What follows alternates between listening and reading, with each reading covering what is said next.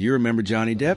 The man who made millions laugh, while secretly documenting bruises, swallowing pills alone in hotel rooms, and drowning in a storm of accusations that push him to the edge of oblivion. But even more shocking, hidden recordings and unreleased photos reveal a truth far darker than the headlines ever dare to show. How could a global icon adored by generations end up fighting for sanity, his career, and his life? Rare photos and untold secrets will be revealed in this video.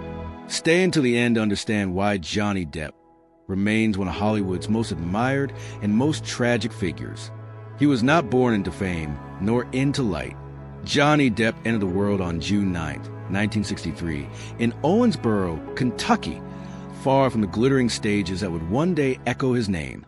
His childhood was not filled with dreams of acting, but with the sound of slammed doors, broken dishes, and a mother whose anger could turn a house into a battlefield. Betty Sue Palmer, a waitress with sharp eyes and a volcanic temper, ruled the family with fear more than affection. Some days she was tender. Most days she was thunder. Johnny never knew which version of her would greet him when he walked through the door. His father, John Christopher Depp, tried to keep peace, absorbing the blows, emotional and physical, that Betty unleashed. But the walls of their small home witnessed far more than any child should ever see. Johnny remembered hiding in corners, holding his breath as the shouting escalated. He watched his mother hurl objects, curse words, and bitterness at the man who loved her. And when the storm finally broke, the silence felt even worse. A silence filled with shame and fear. By the age of 7, Johnny had already lived in more houses than most adults. The family moved constantly from Kentucky to Florida, never settling long enough to grow roots. He said later in interviews that he always felt like the new kid, the outsider, the one who arrived too late and left too soon. This rootlessness became the seed of his lifelong rebellion. If he could not belong anywhere, then he would belong to no one. But pain rarely stays silent forever. At 12 years old, Johnny discovered cigarettes, then alcohol, then drugs. Not for pleasure, but for escape. Each substance dulled the noise at home. Each high blurred the sharp edges of his mother's rage. It was the beginning of a dangerous pattern. Whenever life hurt too deeply, he numbed it. Then came the moment that shattered whatever stability he had left. When Johnny was 15, his father walked out, quietly without warning. No dramatic farewell, no final speech. He simply left. Johnny was the one who found his mother collapse from heartbreak. He watched her retreat into depression, into the very darkness she had once inflicted on others. And in a cruel twist of fate, Johnny became the emotional caretaker of the woman who had caused him so much pain. Years later, he would describe his mother as the meanest person he'd ever met. Yet he also loved her fiercely, because children don't choose what their hearts cling to. This contradiction, love and resentment intertwined, followed him throughout adulthood, shaping every relationship he ever had. But amid the chaos, one small flame survived: music. A second-hand guitar became his refuge. In a room full of broken rules and broken promises, strings and sound were the only things that didn't hurt him. Johnny practiced for hours, sometimes until his fingers bled. The guitar didn't shout. It didn't judge. It didn't leave. This was the boy behind a legend. A child running from violence, searching for meaning, holding on to melodies to drown out the memory of slammed doors. And this boy was about to step into a new world, one that promised freedom, fame, and reinvention. But as we will soon see, the demons he carried from childhood would follow him into every stage, every film set, and every relationship, shaping the man he would become. Music was supposed to be his escape. Not acting, not Hollywood, not fame. At 16, Johnny Depp dropped out of school and threw himself into music with the desperation of someone trying to outrun his own past. His band, The Kids, played in smoky bars, garages soaked in beer, and half-lit clubs where dreams tended to die quickly. But for Johnny, every stage, no matter how small, felt like freedom. He slept on couches, shared cheap motels with bandmates, and counted coins to buy gas for their van. There were no promises, no guarantees, no safety nets, only guitars, amplifiers, and the belief that music might be the doorway to a life that didn't hurt. But when the band moved to Los Angeles in the early 1980s, the city greeted them with a brutal truth. Talent was everywhere. Money was nowhere. Johnny washed dishes, sold pens over the phone, and took any odd job he could find to survive. There were nights he ate only once. Days he wondered if he had made the biggest mistake of his life. Los Angeles had a way of chewing up young dreamers, and Johnny was dangerously close to being another forgotten name. Then, an unexpected door opened. A friend, Nicolas Cage, noticed Johnny's unusual presence, his quiet intensity, the pain in his eyes that made him look older than his age. Cage suggested something outrageous. Try acting. Johnny protested. He wasn't an actor. He didn't belong in front of cameras. But desperation can make a person brave. So he walked into his first audition, nervous, uncertain, and completely unaware that his life was about to transform. In 1984, he landed a role in A Nightmare on Elm Street. It wasn't glamorous. It wasn't heroic. His character was literally pulled into a bed and eaten by a monster. But it was a start, a new path, a crack of light in a long corridor he had been wandering through for years.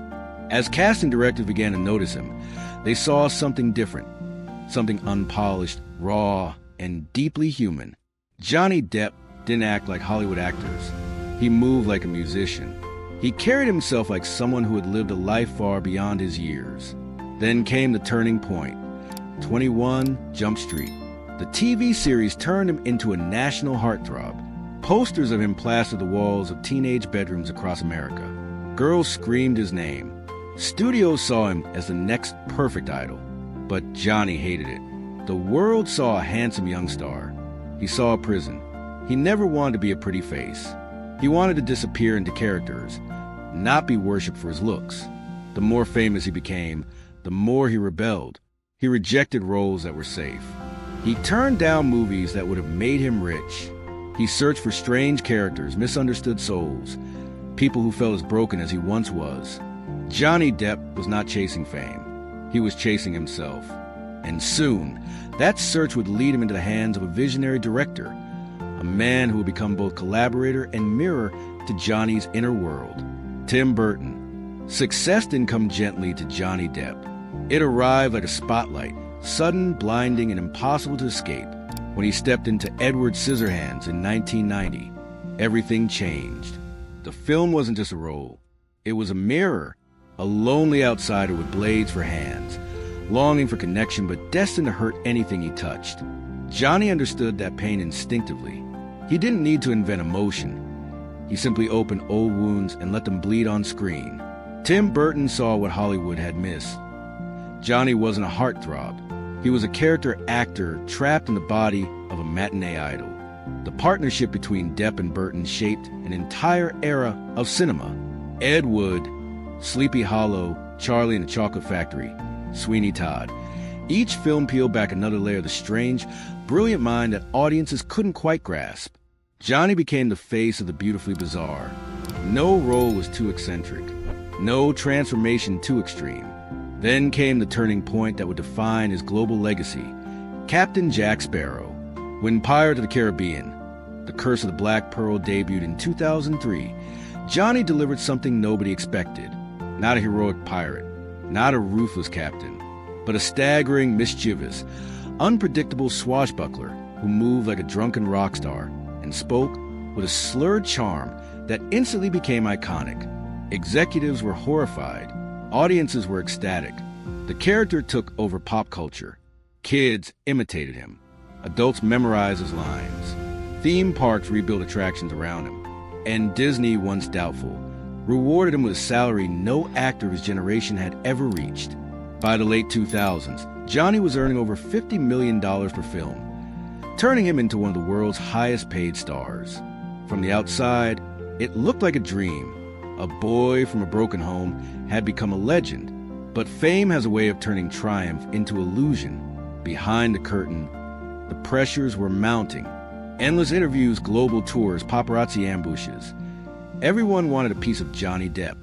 The world adored Jack Sparrow, but Johnny felt himself disappearing. The more he entertained millions, the more hollow he became. He drowned that emptiness the only way he knew how, with alcohol. Liquor blurred the noise of fame, just as it had once softened the violence of childhood. And while audiences saw a charismatic star, those close to him saw a man whose self-destructive habits were slowly consuming him. His relationships suffered first. The long hours, constant travel, and emotional exhaustion built invisible walls between him and the people he loved. His growing dependence on substances created unpredictable moods, calm one moment, spiraling the next.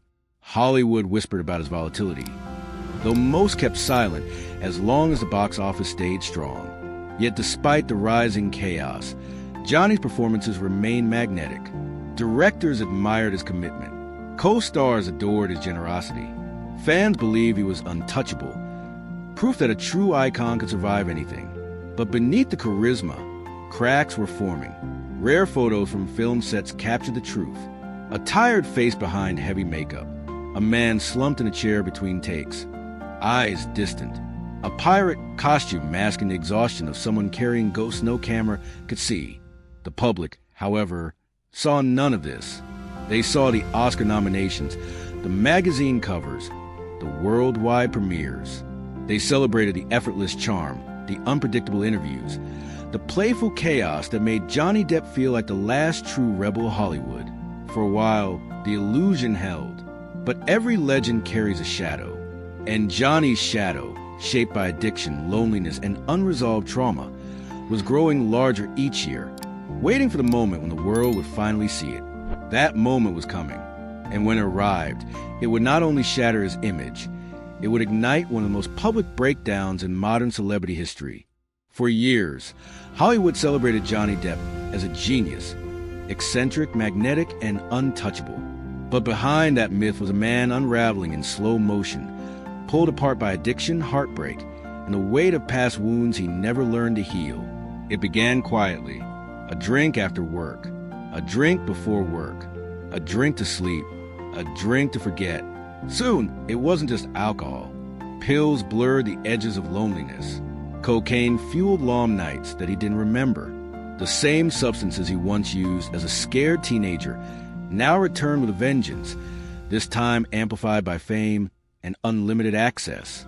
Those who worked with him noticed the signs: slurred speech, trembling hands, sudden mood swings, but few dared confront him. Johnny had always been a chameleon on screen. Now in private, he was becoming a ghost. His relationships carried the scars of his inner battles. With Winona Ryder, he once experienced a love so intense it felt like rebirth. But intensity can turn into instability. After 4 years together, the relationship collapsed under pressure neither of them could articulate. Johnny's tattoo, Winona Forever, famously transformed into Wino Forever, a painful joke masking real heartbreak. Then came Kate Moss. They were beautiful, wild, unpredictable, a perfect storm. But storms don't last. Their nights blurred into arguments, jealousy, and destruction. In 1994, police were called to New York's Mark Hotel after Johnny allegedly destroyed the room during a heated incident. It was one of the first public signs that his volatility was no longer a rumor. Yet the most stable chapter of his romantic life arrived unexpectedly with French singer Vanessa Paradis. For 14 years, she grounded him. They had 2 children, Lily Rose and Jack. He described them as air and earth, the only things that gave him purpose. But even a quiet home cannot silence inner chaos. By the early 2010s, the relationship dissolved, leaving Johnny drifting once again without an anchor. And then he met Amber Heard. At first, their attraction was undeniable. But what began as passion soon turned into something far darker. Arguments escalated into screaming matches. Both sides accused the other of violence. Private texts, angry voicemails, recorded fights. Every moment of their collapsing marriage felt like another page in a tragedy written long before either of them met. The world saw only fragments. Photos of bruises, voicemails soaked in rage, broken glass, smashed cabinets, hotel rooms left in ruins. Behind closed doors, the volatility was undeniable. When Amber filed for divorce in 2016 and accused Johnny of domestic abuse, the illusion of the beloved Hollywood rebel cracked wide open. Studios panicked. Public opinion shifted in seconds. Suddenly, Every strange interview and every drunken moment became part of a narrative he could no longer control. But what the world didn't expect was just how deep the scandal would go. Court documents revealed financial chaos. Johnny earned hundreds of millions of dollars, yet his spending was catastrophic. $30,000 a month on wine, $3 million to fire Hunter S. Thompson's ashes into the sky, dozens of properties, hundreds of staff members, impulsive purchases made during manic phases. His financial managers stated he was in severe distress. Johnny argued they had mismanaged his money. The truth was buried somewhere in between, tangled in addiction, pride, and betrayal. Then came the recordings. In leaked audio tapes, both Johnny and Amber sounded like people trapped in a mutually destructive cycle. Violent words, accusations, tears. Every second felt like a confession neither intended the world to hear. Rare courtroom photos showed Johnny exhausted, pale, trembling for withdrawal as he testified. His face, once synonymous with rebellion, now reflected years of emotional warfare. Hollywood reacted swiftly. Disney dropped him from the Pirates of the Caribbean franchise. Warner Brothers removed him from Fantastic Beasts. Directors hesitated. Studios distanced themselves. Johnny Depp, the global superstar, had become a liability. In 2020, the UK court ruled against him, branding him in headlines with a label he vehemently rejected. Overnight, public perception shifted. Social media mocked him. Sponsors vanished. Even longtime friends retreated, uncertain where the truth lay. For the first time since childhood, Johnny was completely alone. He retreated from the world, disappearing into music studios, hotel rooms, and quiet corners of Europe. His once fiery charisma dimmed. Interviews became rare. Photographers captured glimpses of thin, fragile man struggling under the weight of a lifetime's worth of demons. What the audience didn't know, what they couldn't possibly imagine, was that this was not the end of the story. It was the breaking point before the storm reversed direction. Because buried beneath the accusations and headlines were secrets, inconsistencies, messages, and testimonies that would eventually resurface, turning the narrative upside down. Johnny Depp had fallen as far as a man could fall in Hollywood, but the world hadn't heard the full truth yet. And when it finally surfaced, it would ignite a cultural earthquake no courtroom had ever witnessed. By 2016, the storm that had been building around Johnny Depp finally broke. It began with a death, quiet, intimate, and devastating. Betty Sue Palmer, the woman who had shaped him in chaos and pain, passed away after a long illness. For Johnny, it was not just the loss of a mother. It was a sudden collapse of the most complicated relationship of his life. Anger, love, resentment, guilt. Every unresolved emotion he carried since childhood rose to the surface at once. Friends noticed he became withdrawn, unfocused, and strangely weightless, as if grief had hollowed him out. And then, almost immediately, came the second blow. Amber Heard filed for divorce and requested a restraining order, alleging domestic abuse. In a matter of hours, headlines transformed Johnny from a beloved icon into a cautionary tale.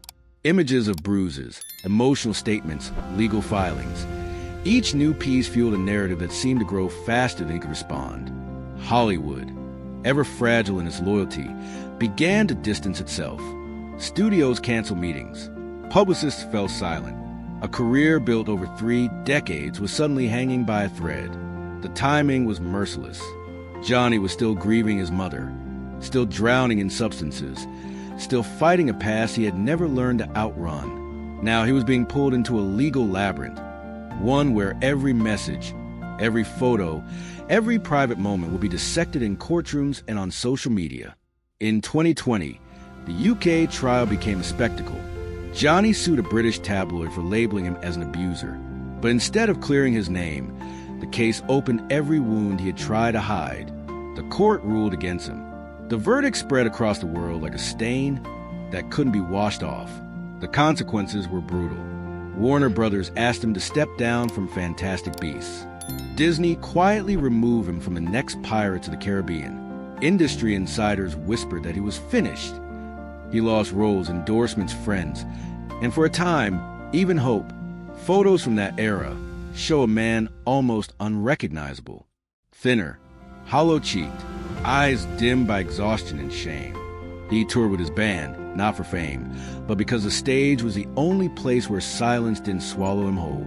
Yet even there, he sometimes struggled to stand, rely on the music to carry him through nights where the weight of the world felt unbearable. But within this darkness, something unexpected began to shift. People started asking questions. Discrepancies surfaced in testimonies. Private recordings leaked. Fans, once silent, began examining the evidence themselves, forming global communities determined to uncover the truth. What began as whispers slowly transformed into a movement. Justice for Johnny Depp spread across continents, gathering millions of voices. This wasn't vindication yet, but it was the first crack of light in years. Johnny had lost nearly everything: career, reputation, stability. Yet for the first time in a long time, the tide was turning. The world had seen his fall. Now it was about to witness something far rarer. A man rising from the ruins with the truth at his back. It began not with triumph, but with a chair.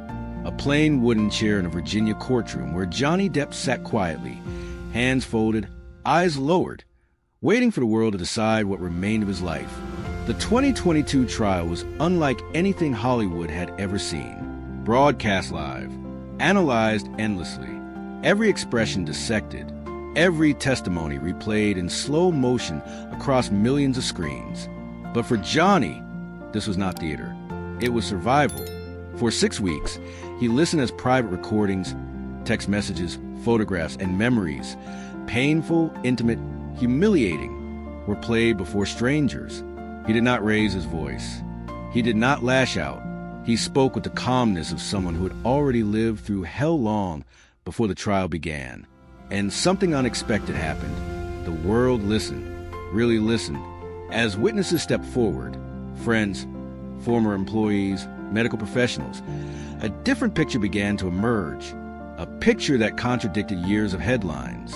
A picture of a man who had been spiraling, yes, but who had not been a monster he was painted to be. Inside the courtroom, Johnny's demeanor surprised many. He wasn't the swaggering pirate or the playful interview personality. He was soft-spoken, vulnerable, almost fragile.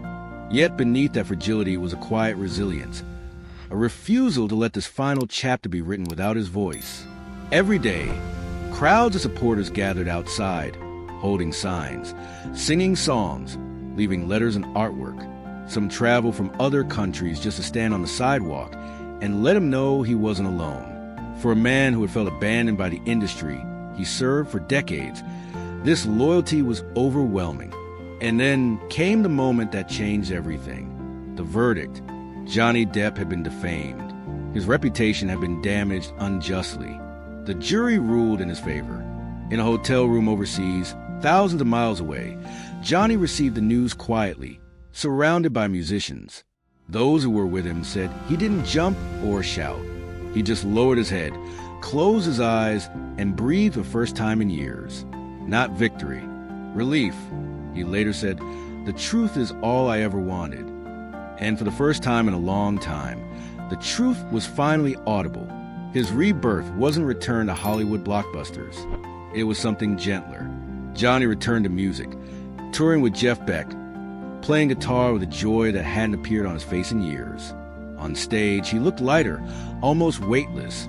The burden finally lifted. He painted. He spent time with his children. He traveled quietly, without the machinery of fame following him everywhere. Offers slowly resurfaced. Directors reconsidered. France invited him to star in a new film. Festivals celebrated him again. He stepped back into the public eye not as the fallen star, but as a man who had survived a war few could imagine. Johnny Depp had been broken, but not destroyed. The world now saw not just a legend, but the human being underneath the scars. And in that fragile humanity, his story found its second heartbeat. Freedom didn't arrive in a burst of fireworks. It came quietly, like a man rediscovering sunlight after years underground. After the trial, Johnny Depp did not rush back into Hollywood. He didn't chase blockbuster roles, franchise deals, or the machinery of fame that had once consumed him. Instead, he retreated into a slower rhythm, one shaped by art and music, and the fragile peace he had fought so long to find. In France, he found a home that didn't demand anything from him. He painted for hours, losing himself in colors and silence. His canvases, portraits of musicians, rebels, and forgotten icons, felt like letters he could never bring himself to write. Each stroke revealed something unspoken: loneliness, resilience, gratitude. On stage, he returned to the version of himself that existed long before Hollywood. A guitarist, not a celebrity. A man blending into music, letting the spotlight fall anywhere but on his face. Audiences who saw him during his European tour describe an energy that felt different. Not wild, not chaotic, but strangely peaceful, as if he were reclaiming pieces of himself, one chord at a time. His relationship with his children deepened too. Lily Rose and Jack had lived their lives under the shadow of their father's legend and his scandals. Now, with the noise fading, Johnny devoted time to being present in ways fame had never allowed. Private photos show him laughing freely, unposed, without the weight of a public persona. For a man who once believed he didn't deserve softness, these moments became a quiet form of healing. Professionally, he approached the industry with caution, not bitterness, but clarity. He accepted selective roles, choosing projects that spoke to him artistically rather than financially. Ken welcomed him back. Directors praised his discipline, his vulnerability, his renewed focus. But even with the applause returning, Johnny no longer chased validation. Surviving the past had rewritten his priorities. His legacy, however, was already set. Johnny Depp is more than character actor, more than Jack Sparrow, more than the scandals that try to define him. He represents a rare duality, a performer capable of transforming entirely on screen while remaining painfully human beneath the surface. His life is a tapestry of genius and chaos, brilliance and self-destruction, tenderness and trauma. And perhaps that is why audiences feel so connected to him, because his imperfections mirror their own. Years from now, people will remember the characters, but they will also remember the man who fought a public war for the simple right to tell his own truth. And in the quiet chapters of his life now, that truth finally belongs to him. In the end, Johnny Depp's story is not simply about rise and fall. It is about the fragile spaces in between, the moments when a man can be adored by millions yet feel completely alone, when a legend can unravel silently while the world applauds, when truth becomes the only lifeline left to hold on to. For decades, people saw the costumes, the characters, the strange magic he brought to every role. But behind each transformation was a boy who grew up learning to survive.